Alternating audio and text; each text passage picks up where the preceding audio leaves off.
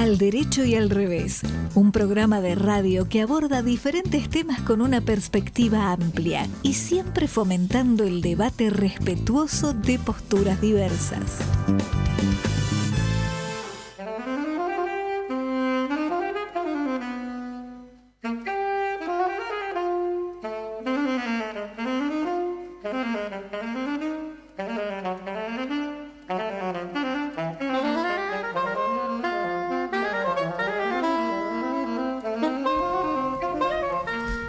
Hola, buenas tardes, ¿cómo andan? Qué hermoso escuchar un ratito más de Piazzolla, ¿eh? Qué maravilla. Iniciamos el programa número 437 del Derecho y al Revés y yo tengo que hacer una mención muy especial, porque es el programa número 437, pero también es el programa número 300 del equipo del nuevo actual. Equipo. Exacto, así que bueno, felicitaciones Marta, felicitaciones Mercedes, felicitaciones a Charlie, a Marcelo de Jesús, a Inés Sanguinetti, a Federico y a todos los que estamos acá, ¿no? En el piso. Tal cual, tal cual. Marta Ollanarte, ¿estás por ahí? No la estoy viendo. Ahí está. Sí, apareció. ¿Estás muteada, Marta? ¿Estás muteada, Marta? Marta, estás muteada, me parece. No te escuchamos. No te escuchamos, Marta. Hola, Marta. No te escuchamos. ¿Estás muteada?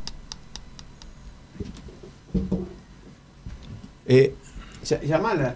Si no. Bueno, probemos, porque la vemos a Marta, pero no la estamos escuchando. A ver. Lo que nos pone un poquitito en expectativa, yo iba a decir. Nervioso no, pero con la expectativa de qué está pasando. Recién en la previa la escuchábamos perfecto. A ver ahora, Marta, ¿te escuchamos? No te escuchamos. No te estamos escuchando. No sé si tenemos algún problema en el piso.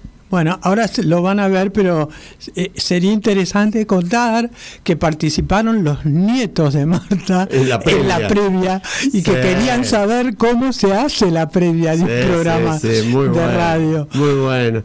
Bueno, yo antes de presentar al invitado, que también tenemos que ver, a ver, ustedes me cuentan, chicos, si estamos bien. Tenemos un aviso parroquial que de todas maneras queríamos pasarlo. Nuestra querida amiga Leonor Benedetto, habitual columnista de este programa, junto con el gran Alberto Favero, homenajean a Borges desde este sábado. Van a hacer un espectáculo con textos de Jorge Luis Borges en diferentes museos con entrada libre. El primero este sábado en el Museo Casa de Irurtia. Después en el Museo Histórico Sarmiento y en febrero 28, el último sábado de febrero, en el Museo Nacional de Arte Decorativo. Son a las 17:30 con entrada libre y gratuita, pero con cupo por el problema del espacio, por orden de llegada. Entonces, por un lado tenemos eso, por el otro lado en marzo habrá otras 3 funciones más. Y esas 3 funciones se van a hacer en el Cabildo. El homenaje consiste en la lectura de sus textos. Eso lo va a hacer Leonor con música de Favero, y algunos de los textos que van a leer son nada menos que El Aleph, Milonga del Infiel, Los Conjurados, El Remordimiento. En fin, realmente va a ser un espectáculo de aquellos, ¿no? Sí, ojalá además que para la gente que nos escucha y que no está en Buenos Aires, que se pueda grabar, porque a veces cuando yo doy este tipo de noticias, otro tipo de noticias damos nosotros también, y pienso en la gente que no está físicamente en Buenos Aires, cómo se puede hacer para incluirlas, ¿no? Así es. La posibilidad del online o del que uno acceda a las grabaciones es una posibilidad que los que organizan tendrían que tener en cuenta, porque va a ser algo extraordinario, ¿no? Ya me la estoy imaginando, ¿no? Sí, bueno, con su voz y con su interpretación. Claro, con su capacidad de interpretación y sus sentimientos, ¿no?, tan profundos. Bueno, estamos con un problemita técnico, que aquí está nuestro operador Charlie Vázquez está con Fede Politi tratando de resolverlo. Lamentablemente la veíamos a Marta y no la podíamos escuchar y no pudimos llegar a presentar al invitado tampoco. ¿Pero lo podríamos empezar a presentar o todavía...? Y yo te diría que sí, porque en el Zoom está. El problema es que él está en el Zoom, pero no lo tenemos al aire. Pequeño detalle. Dale, presentémoslo. Ok, pero quizás podemos hacer una introducción a lo que sería el marco de la entrevista que vamos a tener. Porque da la casualidad, después vamos a explicar de dónde cada uno, pero por lo menos yo nací en Lobería. Y tenemos todos algún tipo de vínculo con lugares pequeños, ¿no? Que uno podría llegar a decir pueblos o inclusive menos que pueblos, pero donde surgen y donde acontecen situaciones muy increíbles. Y cuando yo lo conocí a Guillermo Smith, que es a quien queremos presentar, me fui enterando dónde había nacido y algunas de las cuestiones que ocurrieron en su lugar, su pequeño pago local, ¿no? Ajá. Y Guillermo Smith, vamos a presentarlo, es un empresario que se dedica a la tecnología desde muy joven, se orientó hacia la tecnología, pero en realidad yo lo conocí a él hace mucho tiempo atrás. Éramos activistas en un movimiento que luego se llamó Paradigma 21, de organizaciones de pacientes, algunas organizaciones muy reconocidas en Argentina, ¿qué puedo decir? Como la ALCSE, por ejemplo, pero otras no tanto, y trabajaban organizaciones de lo que ahora se llama enfermedades poco frecuentes, y en aquella época se llamaban enfermedades raras.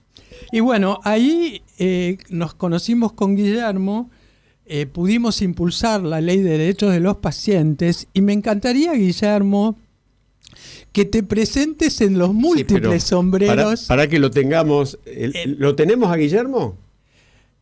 Bueno, yo iba a decir en los múltiples sombreros que tiene Guillermo, porque hoy vamos a conversar con él de un aspecto específico de su vida que tiene que ver con su pueblo natal, y no tanto de su historia ni profesional ni como activista en los temas de salud y de derechos de los pacientes. ¿Qué tal, Guillermo? ¿Cómo estás? No creo que te esté escuchando, Mercedes, eso es lo que te estaba diciendo. Perdón. O mejor dicho, lo peor es esto, él te está escuchando y nosotros no lo estamos pudiendo. Ahí está. A ver, Guillermo. ay, sí, por favor. Guillermo, esto era una conspiración. ¿Cómo te va, Guillermo? ¿Me estuviste escuchando de las presentaciones de los múltiples sombreros? Sí, escuché todo. No sé si ahora me escuchan ustedes. Perfectamente, te vemos y te escuchamos. Marta Ollanarte, ¿a vos también te escuchamos? Espero que sí. Sí, perfecto. Muy bien. Bueno, yo quiero creer, Marta, que tus nietos no escucharon este papelón. Pero quiero decir que lo escucharon y con mucha atención en la previa, mientras ustedes estaban organizando el programa, él nos contó lo que significa esa foto que tiene detrás. Mirá, dale, empecemos con eso, Guillermo. Corre un poquito mostrala. Eso. Miren qué belleza. Adelante, explícalo. Empezá por decir tu pueblo. Yo no hablé de tu pueblo, no di el nombre. Mantuve, acá. Está bien. Yo soy de Polvaredas, partido de Saladillo, ¿sí? Polvaredas es una pequeña localidad del partido que hoy tendrá 300 habitantes con la zona rural y todo, como hace un ratito charlábamos con Marta. Y en ese pueblo, cuando yo era chico, vivía la familia Sicaré, del cual, bueno, uno de ellos es Augusto Pirincho para nosotros, que de chico ya era un genio, ¿sí? Por todas las cosas de demostraciones que hacía, de las cosas que él podía hacer, aprendiendo de uno de sus tíos que tenía un torno y por necesidades familiares se tuvo que hacer cargo él del taller y empezó a hacer sus cosas. Y en un momento vio en una revista mecánica popular un helicóptero y le llamó la atención ese tipo de máquina que no necesitaba una pista para poder aterrizar o tomar vuelo, sino que podía hacerlo de forma vertical. Y bueno, y empezó a investigar, no tenía ni idea lo que era un helicóptero, no lo había visto nunca, pero empezó a investigar y empezó a fabricar su propio helicóptero. Ahora, ¿Sí? Guillermo, perdóname que te hago un agregado ahí. ¿Qué edad tenía Augusto Sicaré cuando empezó a fabricar su propio helicóptero? Y 30, No, es que eso es lo que a mí me deslumbró, por lo que leí, que tenía 21 años y era exacto, totalmente fue 20 autodidacta. años, 21. Sí, todo autodidacta, exactamente. Previamente había hecho otras cosas, ¿sí? Pero bueno, con los helicópteros empezó más o menos a esa edad. Con este primero, que es el que ustedes ven ahí en la foto, que como con los hierros y los caños que tenía a mano, algunos de esos caños son caños de cama, de una cama de la casa, una cama vieja, agarró los respaldos, sacó los caños gruesos y utilizó para hacer la estructura de ese helicóptero, ¿sí? Y tenía que fabricar todo porque él no tenía dinero para comprar y también lo hacía un poco a escondida porque su padre no estaba muy convencido de esto. Sí, su madre, que siempre lo apoyó, y como él siempre cuenta en alguna de sus notas, le hacía algunos cálculos porque la madre era muy hábil para hacer cálculos matemáticos y dice que a mí no me salían, le pedía a ella y ella me hacía los cálculos. Y empezó a fabricar las piezas y tenía que fabricar el motor. A media cuadra de su taller hay una herrería muy antigua del pueblo, ¿sí? Con piso de tierra, una antigua fragua con el famoso fuelle como vemos en la película Coloniales, bueno, tal cual. Y en esa fragua él se iba a la noche, llevaba pedazos de aluminio, pistones viejos de maquinaria, los rompía, los ponía a fundir en el piso de tierra, hacía el molde y hacía la colada, o sea, colaba el aluminio. Si veía que llegaba a quedar algún poro, lo rompía, fundía otra vez y hacía. Así hizo su primer motor para este helicóptero. Las primeras pruebas las hizo con el helicóptero atado, ¿sí? Porque él no sabía manejarlo, quería probar los comandos, tenía miedo de que se le escapara y se rompiera, ¿sí? Y no tenía plata para hacer otro. Entonces lo probaba de esa forma. La primera prueba que hizo, apenitas levantó y cayó. Y como recién comentaba Marta que había visto, dice, qué desilusión, decía la gente del pueblo. Y para él era un éxito, porque sin saberlo había podido levantar. Ya él estaba conforme porque los comandos respondían, le faltaba fuerza. Así que se dedicó a hacer un motor un poco más potente hasta que pudo después probarlo y volar. Esta prueba es en un campo que está ahí cruzando la calle de su casa a 150, 200 metros, para que se den una idea, ¿sí? Claro. Y bueno, por supuesto el pueblo, los vecinos iban todos a mirar a ver qué pasaba con esta máquina famosa, ¿no? Este fue su primer invento, su primer creación de helicóptero, ¿sí? Después hizo un segundo helicóptero, que es el CH-2, que es un poco más grande, ya con un poco más de idea, y bueno, fue evolucionando. En Polvaredas en esa época no había luz eléctrica, no había luz, por lo cual él tenía su propio generador, que también había fabricado algunos generadores eléctricos, ¿sí? Y entonces generaba su propia energía y con eso hacía andar su torno y sus otras máquinas, ¿sí? Y llegó a estudiar hasta 6º grado, no siguió, porque la maestra le dijo a la madre que ese chico no. Exactamente. Él hizo la primaria en la única escuela que hay en Polvaredas, que es la escuela 13, donde fuimos todos, yo también fui a esa escuela, o sea, era la única que hay, inclusive hoy día, y él, la alegría más grande que tenía era el día que no podía ir a la escuela porque estaba feo el clima. Porque llovía, sí, lo vi en un video. Y al principio las maestras como que no lo exigieron un poco más, no le tenían mucha fe, hasta que le empezó a hacer algunos inventitos que las empezó a convencer, se empezó a ganar el corazón de la maestra. Como que le hizo una cocina a querosene para que ellas calentaran, le había hecho como un pequeño compresor. Bueno, fue haciendo varias cosas y ahí se dieron cuenta de que, bueno, que por ahí para el estudio no era lo suyo, pero tenía una capacidad para otro Ahora, increíble. Guillermo, estás Cuando hablando... llegó a 6º grado, le dijeron, si no va a seguir estudiando, lo damos por aprobado, porque más no va a seguir. Y así fue como terminó 6º grado. Ahora, yo digo, de ahí, de ese comienzo, en un pueblo tan pequeño, generando él su propia energía, atando el helicóptero porque tenía miedo de que se les dispare. Bueno, de eso terminó construyendo la primer fábrica de helicópteros de América Latina, ¿no? Exacto. Él después, en el año 74, 75, ya se va a vivir a Saladillo, ¿sí?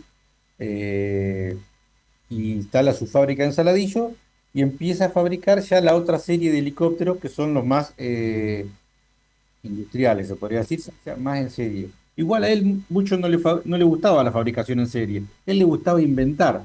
Hacía uno y ya estaba pensando en el próximo modelo, ¿sí? Pero bueno, ya empezó a crecer la familia, él se casó, empezó a tener hijos y había que empezar a pensar de otra forma. Bueno, él siguió con su creación y la familia se empezó a sumar a ayudarlo para la parte más comercial. Y él siguió creando y siempre ha tenido problemas con el apoyo gubernamental. O sea, el primer apoyo, por ejemplo, había venido de la mano del presidente Ilía, porque él había conocido al fotógrafo presidencial que era González Valdés y fue el que le hizo el contacto. Había venido acá a la fábrica, a la base aérea de Morón, creo que era, a trabajar ahí y todo, pero bueno, después vino la revolución, derrocaron a Ilía y se volvió con todos los cañitos para Polvareda. Qué bárbaro. Y bueno, y así después pasando... Bueno, perdón, revolución es una manera de decir, llegó Onganía. Claro. Exacto, lo derrocaron el derrocamiento, claro, el golpe de estado de Onganía. Ahora, después de eso, creó la fábrica y además hizo un desarrollo tecnológico impresionante, ¿no? No solamente de helicópteros. Por ejemplo, a pedido de Fangio, muchos años antes, había diseñado y construido un motor de 4 cilindros en B para instalar en automóviles DKW. Exacto. Exacto. Eso lo había hecho estando en Polvaredas, porque Fangio lo venía a visitar a Polvaredas, ¿sí? Y en alguna foto que están los dos, están ahí en un rinconcito del taller en Polvaredas probándolo. De hecho, es una anécdota esta, en el campo allá, para ver televisión, teníamos una antena con una parrilla bien alta, porque si no, no se veía. Y tampoco se veía mucho.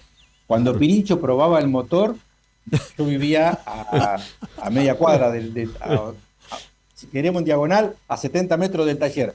Cuando él probaba el motor que lo aceleraba, agarraba la interferencia del televisor, no se podía mirar televisión. Entonces sabíamos que Pirincho estaba probando el motor. Porque yo vivía ahí al lado, entonces mi hermano y yo íbamos siempre al taller ahí. Yo jugaba arriba de los helicópteros, o sea, me metía al taller, jugaba arriba de los helicópteros, lo iba a ver a él al torno, me metía dentro de la casa, tenía 9, 10 años. Como todo chico, molestando por ahí andaba. Claro. Algo pero bueno, sí. Ay, Marta. Dice Guillermo, y que es importante, nosotros siempre hacemos mención a la falta de apoyo gubernamental ante este tipo de situaciones, ¿no? Es realmente lamentable porque es algo que debería conocerse, que debería en su momento haberse apoyado. Pero ahora vos vas a hacer algo fantástico para que toda esa trayectoria, toda esa fantástica historia se conozca. Contanos qué es lo que vas a hacer en Polvaredas. Claro, nosotros lo que estamos haciendo con un grupo de vecinos ahí, de amigos, que toda gente grande como yo, ¿sí? Yo tengo 61 y más o menos andamos todos en esa edad, que lo hemos conocido a Pirincho, que lo hemos tenido ahí a mano. Lo que queremos hacer es un museo que un poco refleje su historia, o sea, de como reconocer su trayectoria y mostrar cosas que él ha hecho, y a su vez también reconocer a todos nuestros inmigrantes, nuestros abuelos, la mayoría somos ahí del pueblo, la mayoría es descendientes de españoles o de italianos, y alguna minoría que de otros pueblos, pero reconocer un poco con qué herramientas trabajaban, cómo fueron armando esa pequeña región agrícola-ganadera, con qué nuestros abuelos y este genio con todas sus cosas que hacía. Porque además de los helicópteros y las cosas que hacía de tornería y eso, por ejemplo, en un momento había diseñado unos filtros que eran unos tubos, unos tambores así de aluminio grande, que adentro tenían un gran rollo de papel higiénico gigante y servían de filtros de aceite para las maquinarias agrícolas. ¿Qué hacía? Hacía que ese aceite el lubricante le durase más a los Qué tractores, bárbaro. a las Qué cosas. bárbaro. Lo mismo filtro para el gasoil, ¿sí? Para que antes el gasoil, o sea, ahora hay más tipos de combustibles, más refinados, más purificados. En aquel momento era uno solo, agarraba el tanque, lo traías y te ibas al campo. Y se tapaban los filtros y se paraban las maquinarias, era toda una complejidad. Había hecho unos filtros también con esos rollos, más chicos, más grandes, depende del tipo de filtro que usaba, para filtrar el gasoil para que no se taparan las maquinarias. Sí, y veo que entre otras cosas también simulador de entrenamiento de vuelo, ¿no? Que fue una cosa como Lo muy... contrataron en muy muchos revolucionario. países. Claro, no lo contratado en compraron. muchos países. Por eso mi pregunta era, Guillermo, ¿por qué pensás vos que un personaje tan relevante, porque alguien que hizo algo tan importante, como dice Marta, sin ningún apoyo del Estado, uno le basta imaginar lo que hubiera sido Augusto Chicaré en Alemania o en Suecia, ¿no? Y bueno, o en Estados Unidos mismo, o en Canadá. ¿Por qué ha sido tan poco conocido un personaje de semejante actividad y semejantes resultados al final? ¿Qué pensás vos? ¿Qué pasó con eso? Sí, por ahí poco conocido puede llegar a ser acá, y internacionalmente es muy conocido, ha tenido mucho reconocimiento, Sí. le han robado las licencias, o sea, él tuvo dos problemas grandes de licencias de su helicóptero. De estos helicópteros que empezó a fabricar en serie, uno es el CH-7, el Chicaré 7, ¿sí? Que en Italia habían hecho un acuerdo para que lo fabricaran, ¿sí? Y allá se iba a llamar Ángel, se llama Ángel en realidad. Resulta que el que le compró la licencia en algún momento se quedó con la licencia como que era de él y nunca le pagó la regalía que correspondía. Pero él siempre remarcaba lo siguiente, dice, me hizo más propaganda él, dice, con este helicóptero Ángel, diciendo, todo el mundo sabía que era un helicóptero Sicaré, por más que él decía que era de él, ¿sí? Y hay una propaganda muy, muy famosa porque lo que es la cabina la diseñó un diseñador muy famoso, ahora no me sale el nombre, que también había diseñado la carrocería de un Lamborghini y de un camión, un Renault creo que es. Y hay una publicidad que vienen las tres cosas, los tres, o sea, viene el Lamborghini, el camión gigante y arriba viene volando el ángel, todos amarillos, es una espectacular. Bueno, y todo el mundo sabe entonces que ese ángel es una fabricación de Sicarice, me hizo más propaganda a él de lo que yo pensaba. Y ahí se hizo muy conocido. Y lo mismo le pasó en Estados Unidos. En una exposición, en Oshkosh, había puesto un helicóptero con un mecanismo novedoso. También una licencia de otro competidor, qué sé yo ahí, y le terminó copiando la idea, y igual él la tenía registrada, o sea, él había hecho el registro de la patente de ese modelo en Estados Unidos, con lo cual, bueno, ahí tuvo un litigio, qué sé yo, que al final se terminó que era lo mismo, que era una copia, ¿no? Y bueno, Guillermo, sí. Guillermo, se me escucha, ¿no? Sí. Sí, Marta. Porque el tiempo se nos termina, pero quiero recomendar, hay mucho en Google sobre Augusto Sicaré, y quiero recomendar especialmente un video que me pareció súper conmovedor, se llama, pueden buscarlo, Esas pequeñas cosas, Augusto Sicaré, donde se lo ve a él, se ve fotos de Polvareda, se ve fotos de cuando él era niño, bueno, nada, dejo para que lo vean. Guillermo, Exacto, sí. yo querría que vos contaras a la audiencia en unos minutos, poquitos, porque ya nos tenemos que ir, esto que vos me comentabas, que es un helicóptero que se exporta, por ejemplo, a Australia y se usa para ir monitoreando los campos y la hacienda, porque es tan liviano y tiene, yo lo llamaría, tanta resistencia, que es muy buscado y muy valorado. Exacto, el modelo este CH7, hay una opción que se llama CH7B, que lo mandan en una caja desarmado y ellos van y se lo arman. Ah, qué maravilla. Y se ha exportado mucho a distintos países y entre ellos Australia. Y en una de esas charlas, alguien de Australia comentaba, yo lo uso para recorrer el ganado, dice. ¿Cómo? Y sí, salgo por el campo volando, livianito como es, solo, voy, miro todo el campo y vuelvo y se lo uso para eso. Extraordinario. Ese mismo modelo de helicóptero es el que usaron para el simulador, o uno parecido, el simulador de vuelo de helicóptero que él diseñó también. En realidad es un helicóptero completo, sí. Si le sacan la base donde está apoyado, sale volando. Qué No bárbaro. sale volando porque tiene una base, entonces todo lo que quieren aprender hacen una cantidad de horas ahí antes de poder salir a volar. Y se ahorran un montón de dinero Y de riesgo, ¿no? riesgos. Claro. Bueno, Exactamente. yo quiero destacar Bueno. dos cosas. Una, decirle a nuestra audiencia que entren a cicare.com.ar,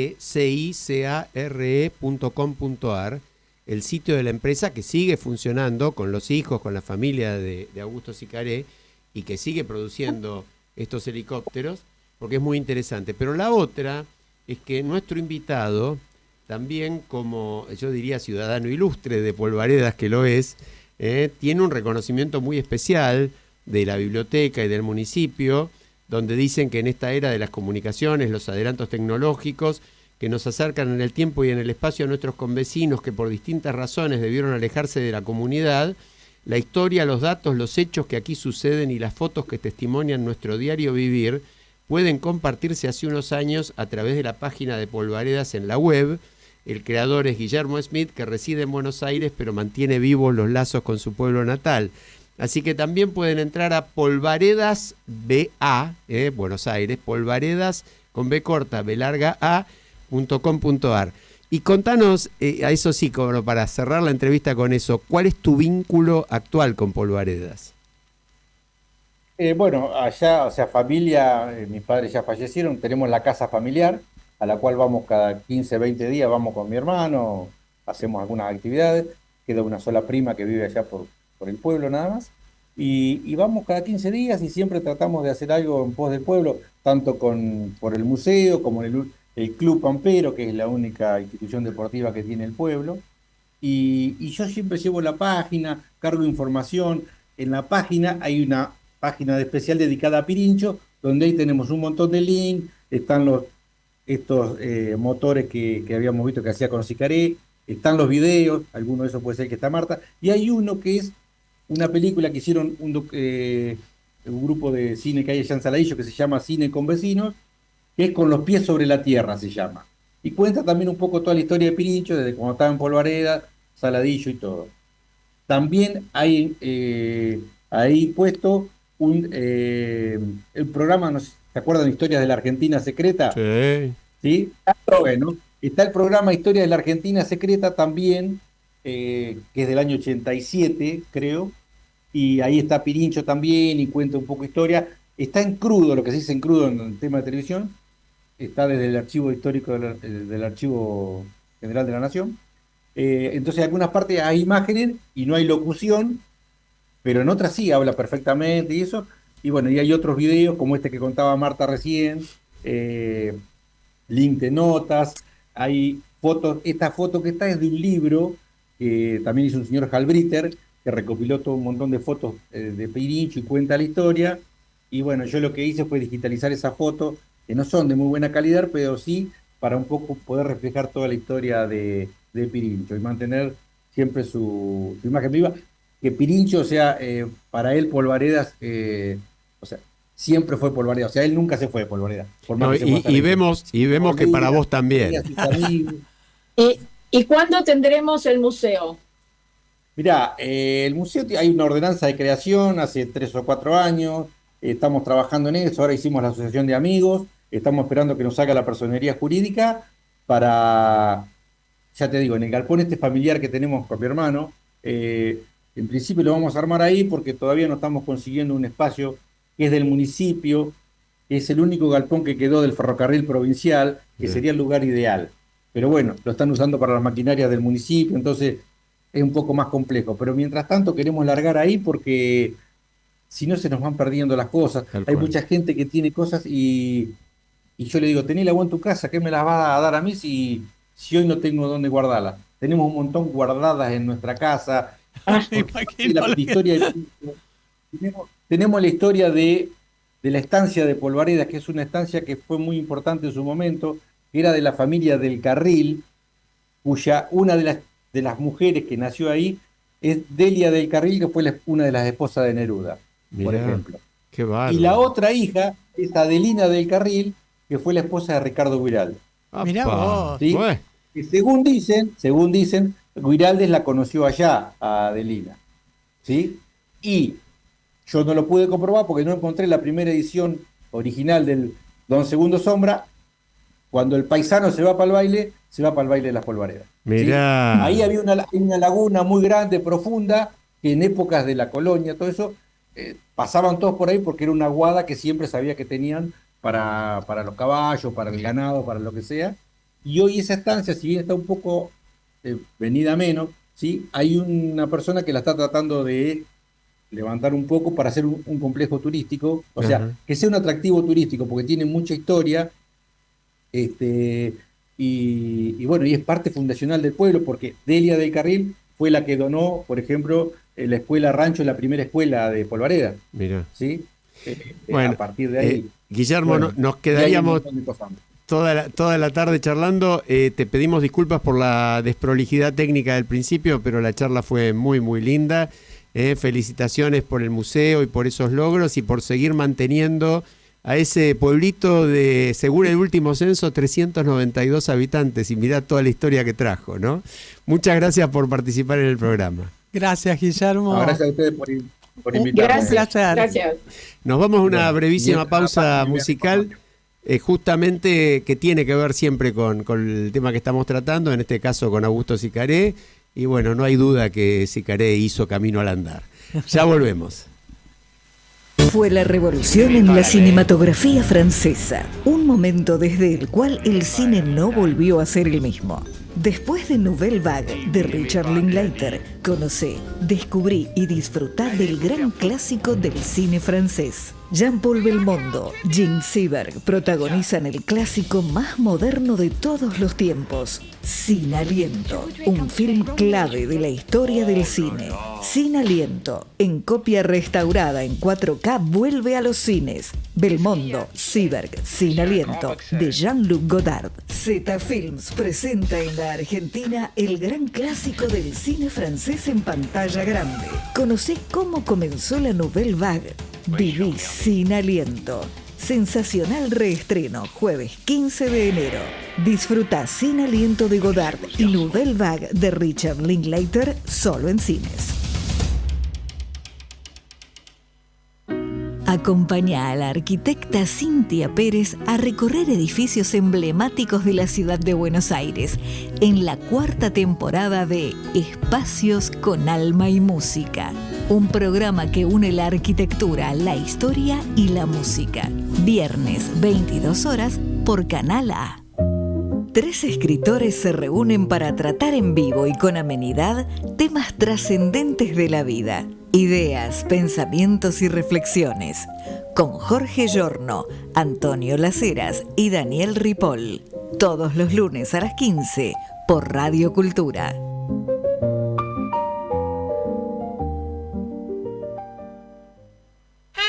La voz secreta de la pintura, un espacio para compartir entre pinceles y colores la palabra de los artistas de ayer y de hoy, con la conducción de Cecilia Rabaudi, los jueves de 21 a 22 por Radio Cultura. Al derecho y al revés. Un programa que invita a pensar con la mente abierta sobre los temas actuales, políticos, institucionales, judiciales, económicos, sociales, científicos y de interés general.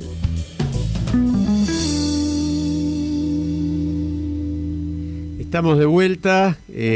Bueno, muy interesante la entrevista. Más allá de los problemitas del principio, Marta, no sé si escuchaste mi mención a los 300 programas de este equipo que se cumplen hoy, ¿no?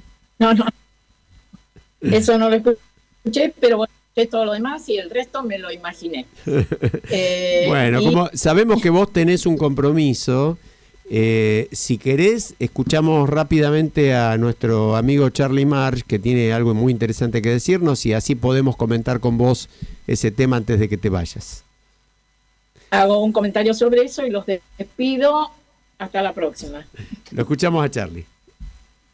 Hola, buenas tardes, ¿cómo están? Bueno, A mí me gustaría en esta oportunidad referirme a el contexto hostil que genera el abuso de las leyes y los vacíos en materia de justicia laboral, y me gustaría hacerlo a través de un ejemplo bien contundente. La Fundación Provivienda Social, una organización que desde hace años, más de 20, lleva gas natural a las barriadas populares del conurbano bonaerense, organizando a la comunidad para que conecten sus viviendas a la red troncal de gas a través de un mecanismo innovador, el fideicomiso vecinal, un instrumento que el Estado municipal debería convertir en política pública.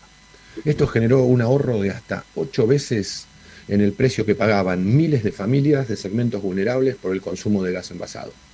Sin embargo, se juntaron 5 gasistas buitres y un abogado carancho, demandaron a la fundación por relación de dependencia encubierta, algo absurdo porque los gasistas fueron contratados por los vecinos como monotributistas y nunca facturaron a la fundación, y la justicia laboral condenó a la organización a pagar 160 millones de pesos, algo imposible de afrontar para una entidad sin fines de lucro.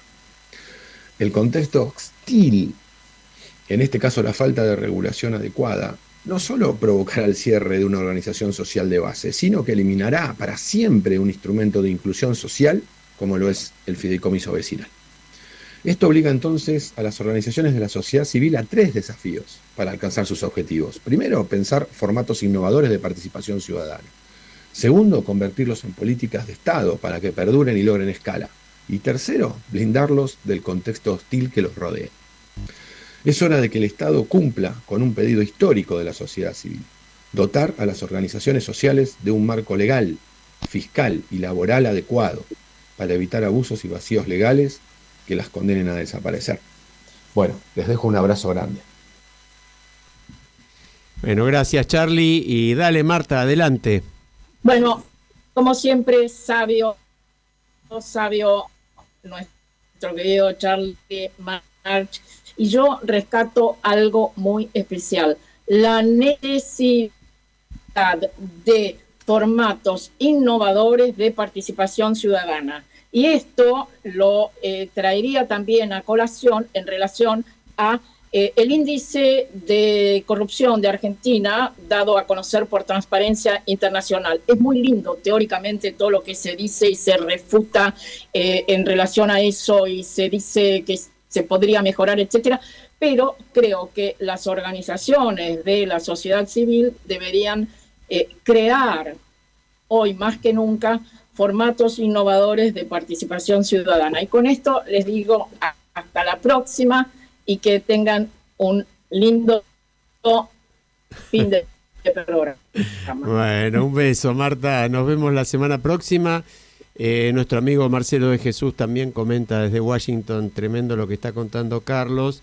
Lo que está contando Charlie tiene que ver verdaderamente con el daño que se puede hacer abusando de la ley, porque este es el concepto, es un abuso de la ley, a una fundación que no ha hecho otra cosa que hacer el bien. Sí. Es un caso, es interesante que la gente rápidamente entienda.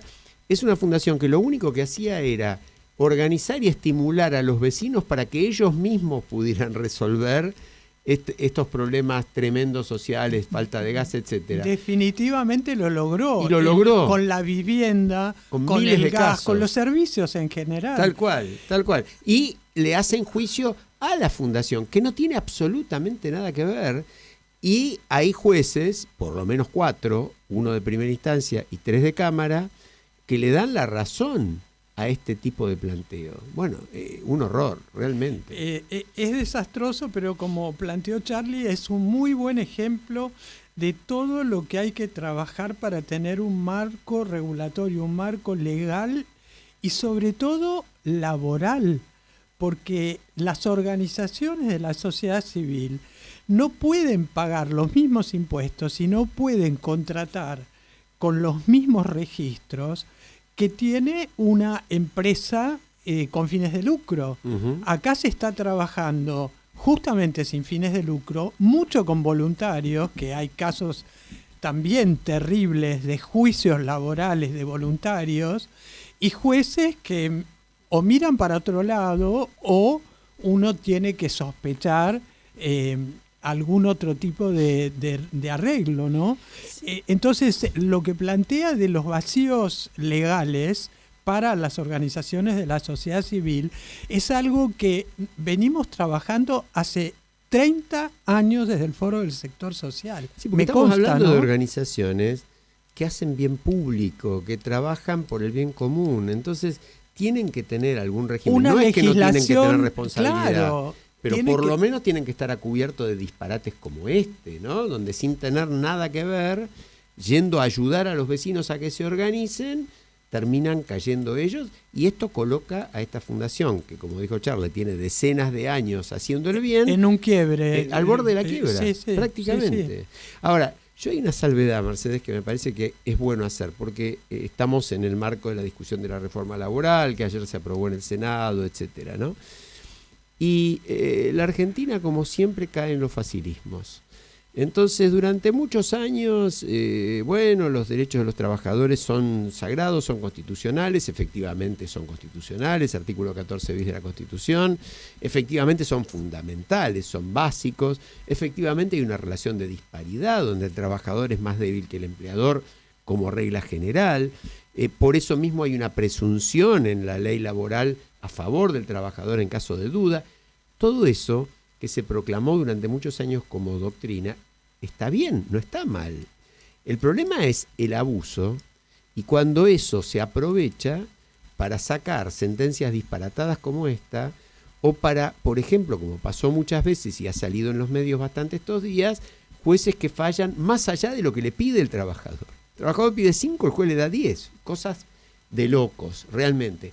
¿Hay industria del juicio? Se puede decir, sí, no solamente el laboral, pero hay. ¿Hay abusos? Sí los hay. ¿Qué porcentaje de los trabajadores tienen juicios laborales? Insignificante. ¿Tenemos las cifras de...? No tengo la cifra, pero la cantidad de procesos laborales en comparación con el número de trabajadores es porcentualmente insignificante. ¿Es el juicio laboral el costo principal de las empresas? No.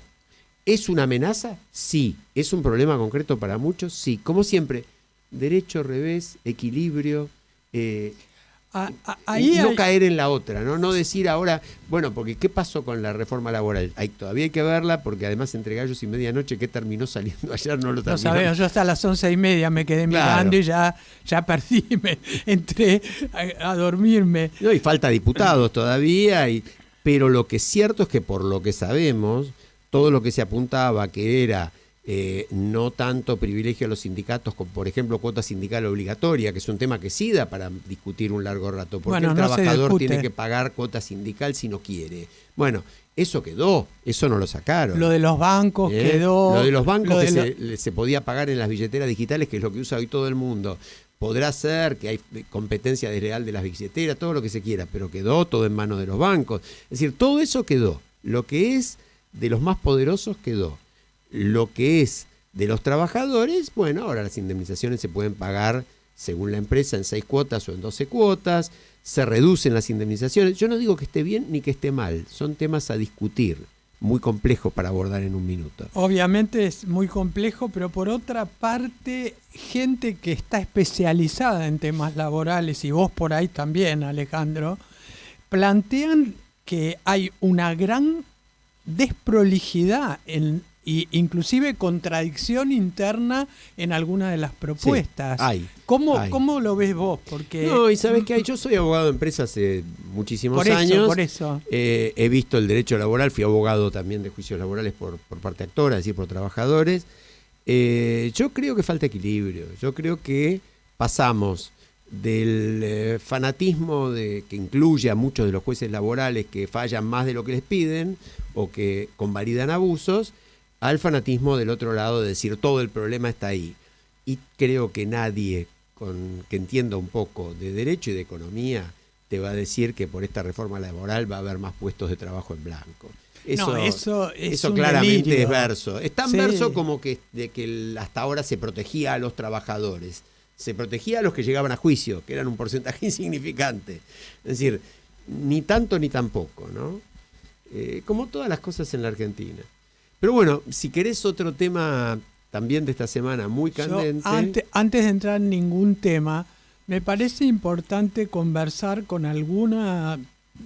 personas que vengan del sistema docente, porque todo lo que tiene que ver con la educación y con la salud y esta cuestión de declarar imprescindibles a determinadas profesiones que los colocan en otro lugar respecto de huelga, vacaciones. Los privan del derecho de huelga. Ok, entonces habría que pensarlo, ¿no? Porque pensarlos como comunidad, me refiero, ¿no? Sí, otra vez ahí. Esto que decía Marta, citando a Charlie, de la creatividad ciudadana, claro. Y pensar más allá del sindicato, más allá del derecho o del equilibrio con el tema de huelga, si sos de una profesión considerada imprescindible. Bueno, otra vez es el tema de la moderación, de la lógica, del intercambio, de la charla, de todo lo que no se hace, ¿no?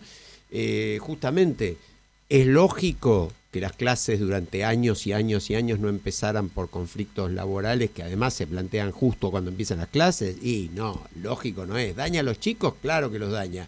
Ahora, ¿no tienen derecho los maestros a reclamar por los sueldos bajos? Bueno, miremos lo que pasó con la policía en Rosario y Santa Fe a esta altura. Exacto, si un policía tiene que ganar 900 o 1 millón y tiene que encima hacer 2 horas de viaje para ir a trabajar, y bueno, tiene su lógica que proteste.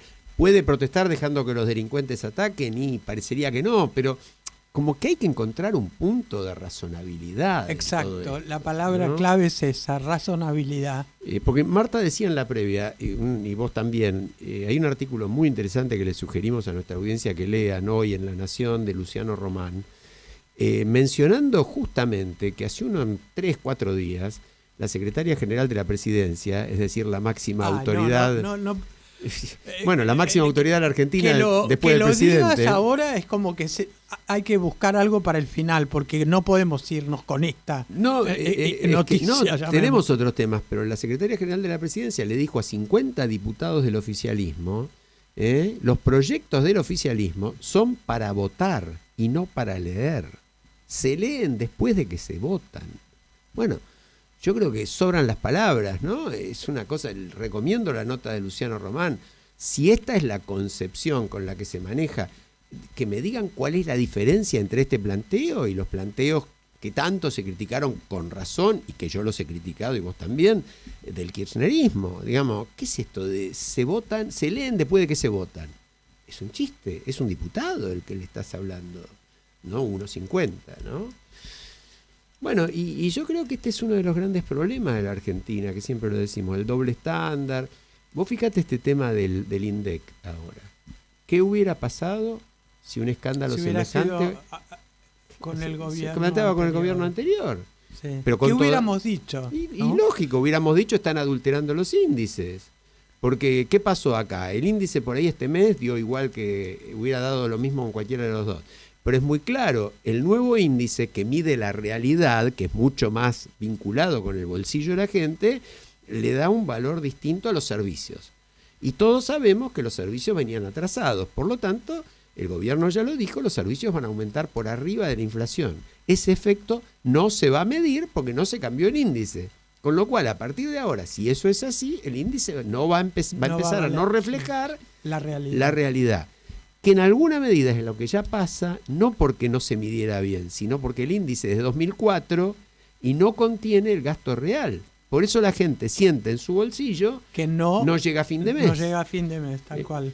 Además de eso, Mercedes, te digo, tomemos el dato, y yo, por favor, que esto cambie y para bien, pero son 8 meses consecutivos de aumento de la inflación, Desde el 1,5% de mayo de 2025, lo dijimos en el programa, lo digo muy rápido, 1,6, 1,9, 1,9, 2,1, 2,3, 2,5, 2,8, 2,9. Estamos casi en el doble de mayo. Ojalá que esto no siga así, porque estamos hablando de un dólar también planchado. En fin. Había otro tema que me gustaría escuchar también tu opinión, porque Marta lo mencionó. Y es, esta semana se conoció el índice de percepción de corrupción de Transparencia Internacional para 2025. Le recordamos muy rápido a la audiencia, es un índice que mide cómo cada sociedad percibe la corrupción en su país. La Argentina nunca en las últimas décadas estuvo en un buen lugar. Este año está 102 sobre 180, con apenas 36 puntos a favor sobre 100, es decir, no, peor que el aplazo, pero además cayó un punto en el índice, pero 5 puntos en el ranking respecto de 2024, y hace 6 años que viene descendiendo, es decir, que para la población hace 6 años que estamos cada vez peor en materia de corrupción. Y hay un dato que menciona hoy un artículo muy interesante también, que dice es la primera vez en un gobierno no peronista que se incrementa la percepción de la corrupción desde que volvió la democracia. Yo siempre pienso, Alejandro, que también tendríamos que poder proponerle a la audiencia qué proyectos, iniciativas y programas hay en nuestro país, que los hay, para trabajar y mejorar la integridad de la ciudadanía y lo que se llaman las pequeñas virtudes cotidianas, que esas las podemos hacer todos, ¿no? Y creo que tendríamos que dedicarle, ahora no nos da el tiempo, y yo quería, vos me decís, no sé si para cerrar el programa, ya sí tenemos que cerrar. Nos quedan un par de minutos. Pero para terminar arriba, ¿no? A ver. aunque no esté Marta, y nosotros normalmente celebremos el nacimiento de las personas y no recordemos la muerte, pero hoy es fecha de muerte de Cortázar, de Julio Cortázar. Y él tiene una frase que a mí cuando la leí me encantó y dije, esta es para Marta y hay que decirla en el programa. Y es, probablemente de todos nuestros sentimientos, el único que no es verdaderamente nuestro es la esperanza. La esperanza le pertenece a la vida. Es la vida misma defendiéndose. Así que defendamos la esperanza. Sí, yo no es que te quiera tirar para abajo, ¿no? Pero también pero acordándome de Marta, ya con eso subiste bastante, se puede compensar un poquito de revés. Nos queda un ratito más para realidad dura y pura. Una muy buena nota de Martín D'Alessandro, que lo hemos tenido con nosotros, el actual presidente de Poder Ciudadano, en Clarín, creo, de hoy, que justamente analiza este tema del deterioro de la confianza, ¿no?, institucional en el país y estos datos que hablábamos antes, y dice, muy bien, muy interesante, ninguna ideología tiene en sí misma una solución para el problema de la corrupción. Es decir, no, la ideología en eso, el tema son las personas, los controles y qué se hace, ¿no?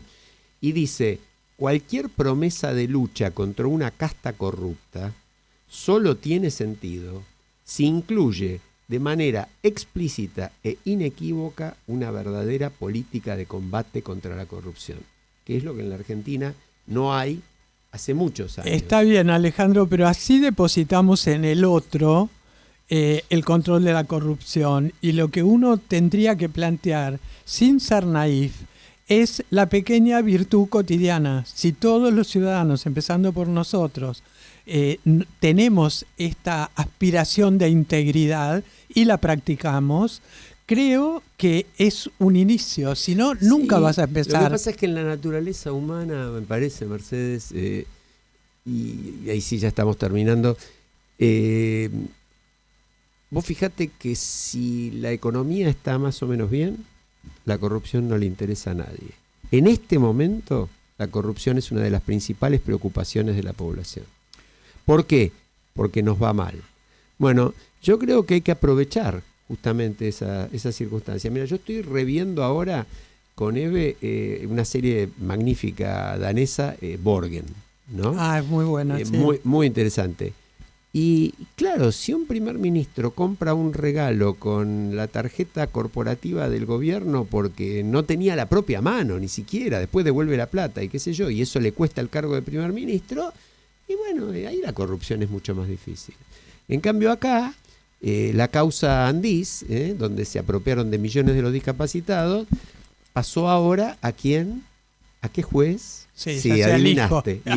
Lijo. Y bueno. No, me río para no llorar, Y ojo, sí, claro. Entonces, si no logramos enfrentar esas cosas, y para eso sí hace falta una respuesta ciudadana. Por eso digo, esto y lo otro, ¿no? Esto y lo otro. El marco legal fiscal laboral para las organizaciones de la sociedad civil que no estén permanentemente en falta o sean víctimas de este tipo de atropello legal, pero también la aspiración ciudadana a la integridad. Tal cual. Bueno, y nos vamos hasta la semana que viene. Un abrazo para todos.